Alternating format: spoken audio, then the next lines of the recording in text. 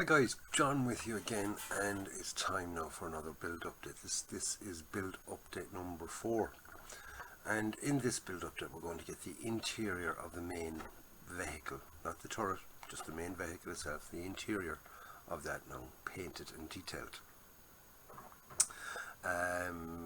It's a pretty nice kit, I must admit. Well done to MENG for producing an absolutely fabulous kit. Everything is absolutely beautiful fit and everything else, and the detail is tremendous, absolutely tremendous. Now, the last time we did a little bit of painting, we painted up the engine gear, the gearbox, I call it a gearbox, the transmission, and also the air intake. And we did a dry fit of those, and we put the top on, and all you can actually freaking see is the gearbox or the transmission, whichever you want to call it, but that's all you're going to get to see. So is it a waste? I don't know. I mean, that's really up to you to decide. I enjoyed building the engine, and it was nice painting it and everything else and slotting it in. It looks absolutely fabulous, but kind of a waste, the fact that you're not going to get to see it when the whole thing is buttoned up. You will get to see a part of the transmission, and I think you might get to see some of the air intake, but again, I'm not 100% sure on that one. But anyway, we started anyway, and we'll start a little bit of the painting. Already made a start. Okay, I got the internal all sort of uniform color, which is just easier for when you're going to paint the interior, because parts of the interior were already, say, in a green color, which was going to be the interior color. It's a light green, and I didn't want to kind of miss bits of it, so what I did was I made everything nice and uniform. So the easiest way to explain that would be to go down to the bench, have a look, and you know, I'll show you from there. Okay, here I am down at the bench now, and as you can see, it's all nice and grey. Yes, almost white, very light grey. That's what I used for getting the internals base coated. Okay, I like to start with a kind of a uniform colour that's not, say, the colour you're going to paint it. At least then you can see that you're getting everywhere, if you know what I mean. This is the colour I used, which is XF80 Royal Light Grey. Okay, there we go, Royal Light Grey. Come on, camera, behave yourself. XF80 Royal Light Grey. And colour now I'm after choosing for the internals, because I like Tamiya paints. I prefer Tamiya paints than any others. They're just easier to mix, easier to airbrush, no faffing around with having to kind of, you know, mixing them in the airbrush and things like that. You can do the whole lot in the bottle. At the start, when you open the bottle, just top it up with thinners, and you're ready to go. Then anytime you pick it up, it's already pre-mixed for you, which is brilliant. I like that. And the colour I'm going to use is a cockpit green. Yep, cockpit green, XF71. Okay, so that's the colour now I'm going to paint the whole interior with. And then we got to do some little bit of detail painting in various parts, and some decals and all that to be added to it, and then we're going to weather it, and that's what we're going to get done in this video. So stay tuned and we'll get started. Like I said, we'll continue, because I've already started. I've done the grey, the sort of the undercoat. Okay, so see you in a minute, and I'll have it all nice and green. Now then, I'm after getting the green down, cockpit green from Tamiya. Perfect colour for the interior of this. Okay, I'll just change the light there so you can probably get a better view of it. Went down quite nicely, and everything is lovely and green on the interior. Okay, nothing really to write home about, it's just green, plain green. Okay, next step now for this is to do all the detail painting on it. Okay, there's a couple of components here. These are going to be red. The wiring section down there is going to be a nice silvery colour, and then we've got sort of screens and things. They're going to be black and white. This thing here is a sort of a lighter shade of green, a darker shade of green, and that's just basically it. Really, do you know what I mean? Just a couple of little areas that get to get kind of the interior colour. Pipework here is going to be black, I think. So I'll get them done, right? We'll come back, we'll have a look at them, and then we'll go on and we'll apply some decals. When the decals then are set, we're into the weathering. So there isn't really that much to do when you think of it, because it's basically all 90% the same colour. So, you know, that's as good as done. So now we've got to just carry on a little bit of detail painting and decals. So I'll get the detail painting done. We'll come back and we'll have a quick squint at what that looks like. And here we go. The all the internals now are painted up. Okay. The seats all nicely done. There's radios or whatever else that's inside it. I'm not sure exactly whether they're radios or just internal bits and pieces. They're done anyway, they're in and all nicely finished off. Okay, so can we get some sort of little bit more better close-ups on those. I will add in some still pictures, and you can see them here in a sec. Right.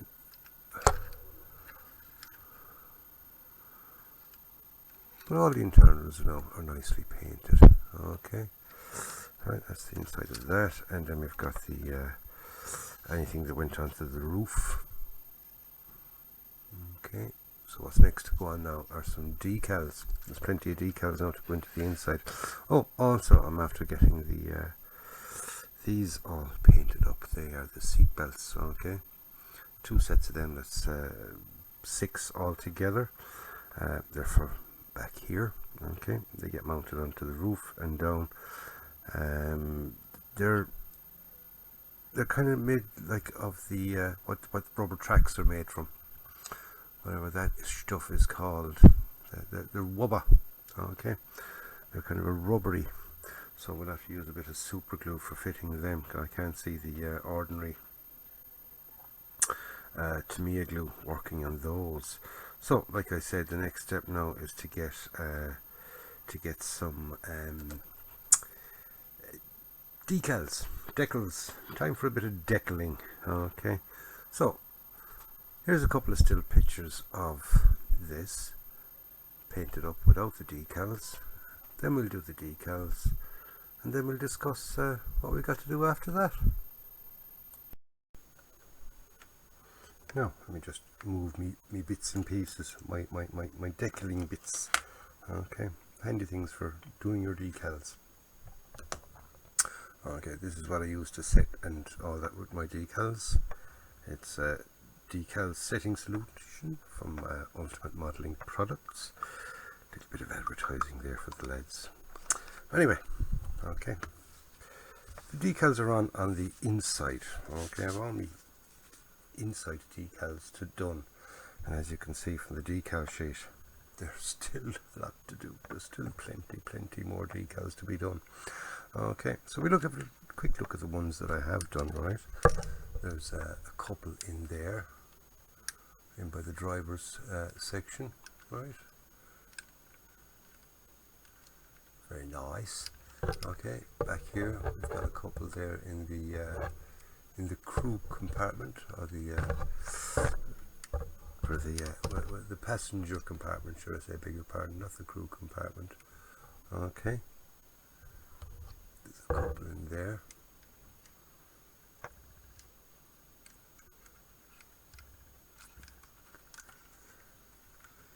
And then on the inside of the roof, okay, we've got a couple more. Not very many, they're just the TV screens, right? There and there, right? You can see them there on the little TV screens. They're done. Okay, so now she's actually starting to look really nice. So what I'm going to do now, believe it or not, is I'm going to give that a quick blast, really only in the areas where I've done the decals. I'm just going to give it a dull coat, just a spray of dull coat.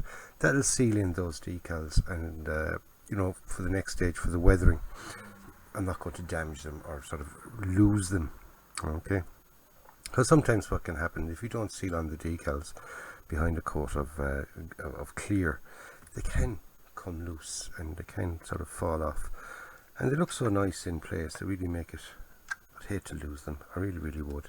So what I'm going to do now is, like I said, quick blast of clear coat, and leave that to dry overnight, and then start with the weathering. Okay, so it's pointless showing you that after I've done it. So, you know, basically showing you the same thing again. So for the weathering, what am I going to do? What am I going to do for weathering? I'm going to weather up the seats a little bit, and I'm just going to give sort of a black wash on the inside of it. Simple as that. I just want to make things sort of highlight certain little components and stuff, right? You know, the bolts and rivets here on the inside armor sections, around these access hatches into the engine bay, a couple here by the driver, kind of make them kind of stand out a bit. The diamond plate there on the floor, you know, that's got to be kind of weathered up a bit. Might do a bit of kind of scratch work on that as well. Sorry, back here, you know, where the feet would have basically worn away all that lovely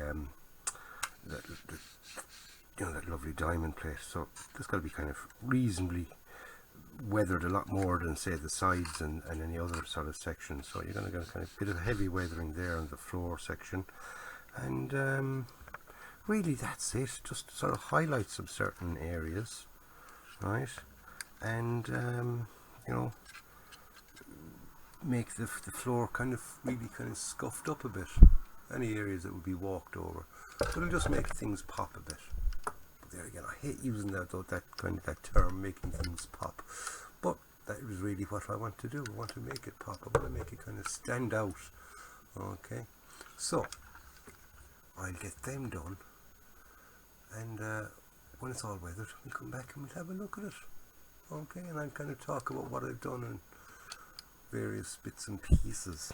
Okay, so it's going to take me about 24 hours because, like I said, I'm going to give that a spray now in a minute and leave it dry overnight, and then I'm going to kind of weather on top of it. So quick as that will all be done for you, and we come back, and like I said, we'll have a quick discussion on how all that went. Okay then, so now I'm after having the interior all weathered and looking good. I'll give that an extra little bit of light there to make it look a little bit better anyway. Okay, and as you can see, I have the engine and all fitted, all that, all the goodies and all the little extra bits then that go on once the engine is fitted. Okay, there was a couple more bars and things to go in. That's what I'm calling them, bars and things, because I haven't a clue what they're called. A couple of extra pipe work there.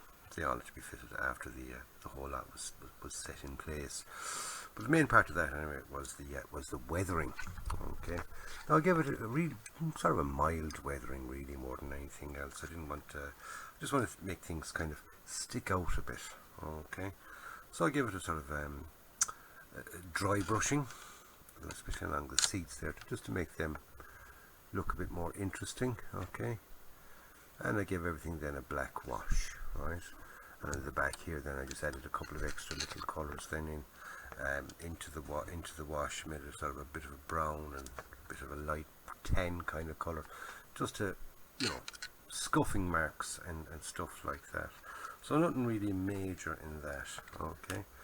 But it made everything stick out nicely, and it really made things, dare I say it, pop. Okay, words I hate using. Okay, now I did this exact same then with the roof section, and I'm also after fitting the safety belts. Okay, now the safety belts now they kind of get fitted. I think they go down. I'm not sure. I have to bloody well double check because it doesn't really show you where the safety belts get mounted on the inside. Now whether they go down the back of the seats, the front of the seats, the side of the seats, or on the, just lay flat on the seats, I do not know, but there's plenty of videos there of the real McCoy and the interiors of them. So what I'll do is I'll have a look at them and see where the seat belts get fitted, because it doesn't show you on the instructions, which is a bit of a pity. It is a bit of a pity, because if you didn't know, you know, and didn't think of looking up YouTubes to watch, say, how these things actually are in real life, you're not really going to get to know. Okay, now it just shows the fitting on I'll just show you the instructions actually. I start talking about the instructions without actually showing them to you. It shows you where to fit them on the roof section, okay, which I've done. Then it shows you my next step now is just to pop everything together, and nothing major there, but it doesn't show you where to get fitted inside.